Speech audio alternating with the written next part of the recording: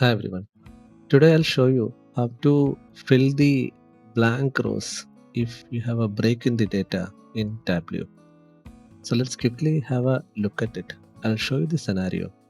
So let's put the region into the filter box and let's select one of the region and let's select the order date and then select year as let's say one of the year 2014.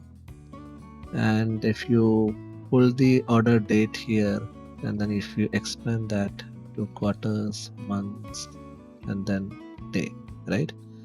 And then you pull the months over here, you can see that there is this entire spread of data across the months for a year. It is visible.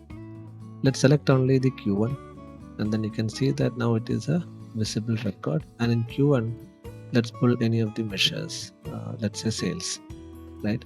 So what you see now here is you have 31 days in overall, like across January, February, and March.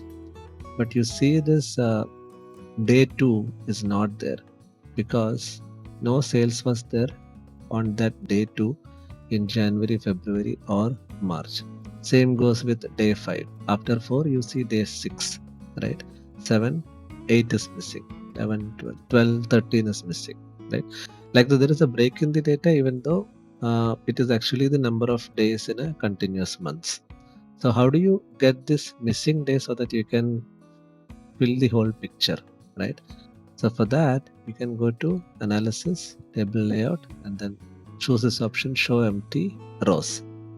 And then you can see that whatever the empty rows or whatever the rows where there is no data, it automatically appeared and you got a continuous data for your month. Thank you for watching.